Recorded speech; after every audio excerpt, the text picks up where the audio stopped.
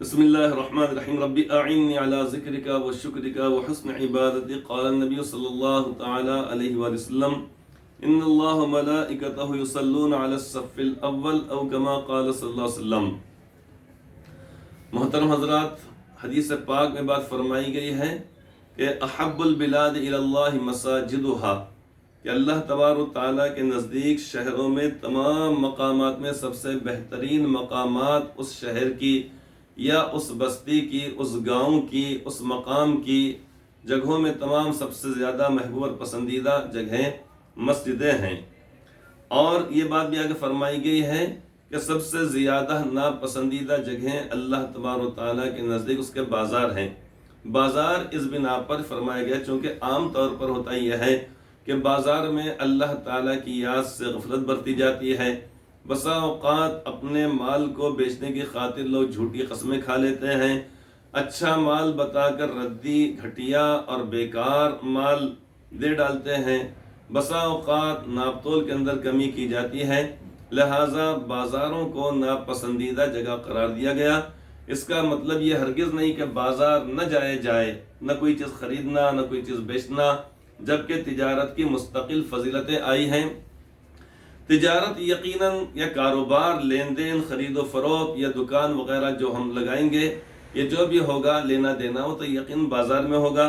یہاں پر صرف یہ بتلایا گیا ہے کہ چونکہ وہاں پر یہ عمومی طور پر چیزیں ہوتی ہیں، اس لیے اللہ تبارک و تعالیٰ کو اس بستی کے تمام مقامات میں سب سے زیادہ ناپسندیدہ بازار ہوتے ہیں. بہرحال اور سب سے اچھی جگہیں، پسندیدہ جگہیں اللہ تبارک و تعالیٰ کے نزدیک اس بستی کے مسجدیں ہوتی ہیں. اب چاہے مسجد وہ عالی شان ہو، اس کے اندر قالین بچھے ہوئے ہوں، ہر موسم میں گرم اور ٹھنڈے پانی کا مصلیان کرام کے لیے پانی کا انتظام ہوتا ہو، اسی طریقے پینے کے لیے ان کے لیے شاندار پانی رکھا گیا ہو، اور وہاں پر اے سی وغیرہ ساری چیزوں کا انتظام ہو یا نہ ہو، بس کوئی ایسی جگہ جہاں پر کہ اذان دے دی گئی ہو، حلال اور جائز روپیے سے وہ زمین کا ٹکڑا حاصل کیا گیا، اور وہ مسجد کچی مسجد ہے، چھپر کی مسجد ہے، یہ اسی طریقے اس کے اندر پانی ٹپکتا ہے، اور اس طریقے سے وہاں پر کوئی عالی شان عمارت کھڑی بھی نہیں ہے، لیکن چونکہ وہاں پر حی علی الصلاۃ اور حی علی الفلاح کی آواز لگائی جاتی ہے 5 وقتہ، فجر میں، ظہر میں، عصر میں، مغرب میں، عشاء میں. اور جب وہاں پر لوگ آتے ہیں تو کوئی سجدہ کر رہا ہے، کوئی رکوع کر رہا ہے، کوئی قیام، کوئی قاعدہ، کوئی قرات اور کوئی تلاوت کلام پاک کے اندر مشغول ہے. کوئی اسی مسجد کے اندر وہاں پر رو دھو کر اللہ تبارک و تعالیٰ کو منا رہا ہے. اس بنا پر چونکہ وہاں پر آنے والے لوگ اپنے اپنے اعمال کے اندر لگے رہتے ہیں، متعدد اور مختلف قسم کے اعمال میں لگے ہوتے ہیں، اس لیے اللہ تبارک و تعالیٰ کے نزدیک تمام جگہوں میں سب سے زیادہ محبوب اور پسندیدہ جگہیں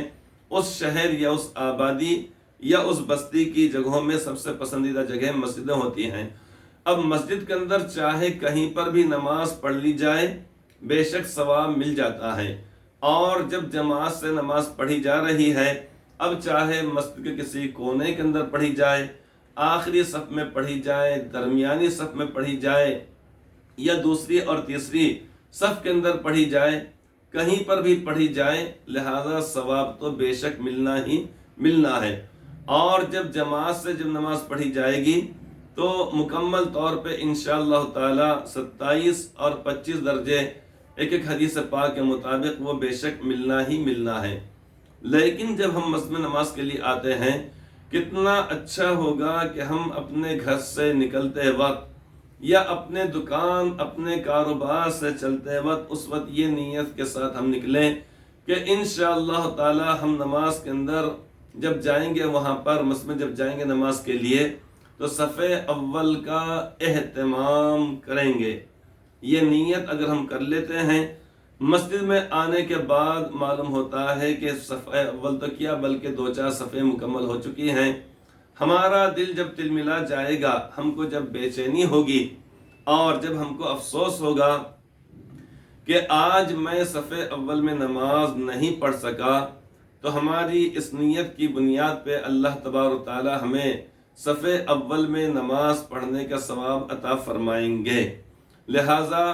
مسجد میں چاہے کسی بھی جگہ پر نماز پڑھ لی جائے، چاہے اوپر والے حصے میں نماز پڑھیں، چاہے نیچے والے حصے میں نماز پڑھیں، چاہے دوسری تیسری چوتھی صف میں یا آخری صف میں کنارے پہ نماز پڑھیں، لیکن نماز کا ثواب مل جائے گا، جماعت کا ثواب مل جائے گا۔ لیکن صف اول کا ثواب کچھ اللہ تبارک و تعالیٰ اس انداز سے عطا فرماتے ہیں جو دوسرے لوگوں کو وہ نہیں ملتا ہے۔ اس لیے حضرت رسول اکرم صلی اللہ علیہ وسلم نے بات ارشاد فرمائی، ان اللہ و ملائکتہ یصلون علی الصف الاول، بے شک اللہ تبارک و تعالیٰ رحمت نازل فرماتے ہیں اور فرشتے دعائے رحمت کرتے ہیں۔ رحمت نازل کون فرمائیں گے؟ اللہ تبارک و تعالیٰ، اس لیے کہ اللہ تبارک و تعالیٰ کے پاس خزانے ہیں تمام چیزوں کے،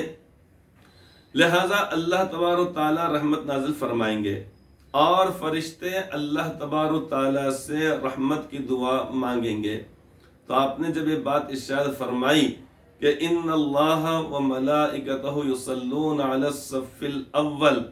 کہ بے شک اللہ تبارک و تعالیٰ رحمت نازل کرتے ہیں اور فرشتے دعائیں رحمت کرتے ہیں پہلی صف والوں کے لیے، حضرات صحابہ کرام نے عرض کیا وعلی الثانی یا رسول اللہ، اے اللہ کے پیارے نبی صلی اللہ علیہ وسلم، کیا دوسرے صف والوں پر بھی،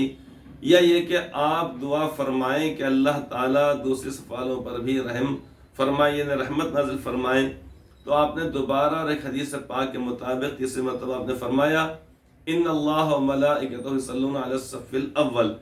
پھر صحابہ کرام کے یہی عرض کرنے پر آپ نے فرمایا کہ وعلی الثانی، اور دوسری صف والوں پر بھی اللہ تعالی رحمت نازل فرماتے ہیں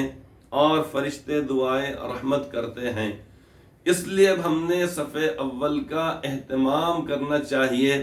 چاہے ہم کسی شہر میں جائیں، کسی محلے کے اندر جائیں، یہ اسی طریقے سے اپنے محلے کی مسجد کے اندر نماز پڑھیں، لیکن صف اول کا ہم نے اہتمام کرنا چاہیے، چونکہ صف اول والوں پر اللہ تبارک و تعالیٰ کی خاص رحمت نازل ہوتی ہے۔ آج تو کسی کو کچھ بھی نہیں معلوم ہوگا، صف اول والے کو یہ نہیں معلوم ہوگا کہ میرے اوپر اللہ تعالیٰ نے کیا خاص رحمت نازل فرمائی۔ دوسری تیسری چوتھی پانچویں چھٹی صف کا آدمی یہ محسوس نہیں کرے گا کہ مجھے کیا نہیں ملا، اور مجھ سے جو آگے لوگ ہیں اور آگے پھر آگے پھر آگے، یہاں تک کہ جو امام صاحب سے قریب ہیں اور پہلی صف میں ہیں، ان کو کیا ملا، یہ آج کسی کو بھی نہیں معلوم ہوگا۔ نہ پہلی صف والے کو معلوم ہوگا، نہ آخری صف والے کو معلوم ہوگا۔ ہاں یہ معلوم ہوگا اس وقت جب کہ قیامت کا دن جب واقع ہو جائے گا، لوگوں کے نام اعمال جب نکالے جائیں گے ان کی گردنوں سے، اور یہ کہا جائے گا کہ اقرأ کتابک کفا بنفسک اليوم علیک حسیبا، کہ لو تم اپنا نام اعمال خود ہی تم پڑھ لو، تم خود اپنے آپ کا حساب لینے کے لیے کافی ہو۔ جیسے مثال کے طور پہ اگر خدا نخواستہ کوئی طالب علم ناکام اگر ہو جاتا ہے، سوالات کے صحیح جوابات نہیں دیتا ہے، یہ اسی طریقے سے جتنے نمبرات ملنا چاہیے تھا اس کا مستحق نہیں ہوتا ہے، تو استاذ کہتا ہے کہ لو تم خود اپنا سوالات اور تم نے کیا جوابات دیے اس کا پرچہ دیکھ لو، تمہیں خود معلوم ہو جائے گا کہ کیا تمہارے ساتھ زیادتی اور ظلم کیا گیا، یا تم نے کچھ لکھا ہی نہیں، اور لکھا اگر تو نہ تمہاری تحریر برابر تھی، نہ تم نے تمام سوالات کے جوابات دیے، بلکہ تم نے ادھورا چھوڑ دیا، پرچے کو بھی خراب کر کے رکھ دیا۔ اب تم خود اپنے آپ کو دیکھ لو کہ تم کتنے نمبرات کے مستحق ہو، تو آخرت میں بھی اللہ تبارک و تعالیٰ ہی فرمائیں گے۔ تو آج دنیا میں کسی کو یہ نہیں معلوم ہوتا ہے کہ ہم نے صف اول میں نماز پڑھنے کی وجہ سے ہم کو اللہ تعالیٰ نے کیا چیز عطا فرمائی ہے، لیکن یہ بات قیامت کے روز اس شخص کو بھی کہ جس نے یعنی اس طریقے سے صف اول میں نماز پڑھی ہے اس کو بھی معلوم ہو جائے گی اور دوسروں کو معلوم ہوگا، لہٰذا جب دوسروں کو معلوم ہوگا تو وہاں پر ان کو پچھتاوا ہوگا، لیکن وہ پچھتاوا کچھ کام نہیں آ پائے گا۔ لہٰذا اس بات کا ہم اہتمام کریں کہ اگرچہ کہ مسجد میں نماز کہیں پر بھی ہو جاتی ہے، ثواب کہیں بھی مل جاتا ہے، لیکن آنے کے بعد صف اول میں نماز پڑھنے کا اور حتی الامکان امام صاحب سے قریب ہو کر نماز پڑھنے کا ہم اہتمام کریں۔ اللہ تبارک و تعالی ہم سب کو اس پر عمل کی توفیق عطا فرمائے، آمین ثم آمین۔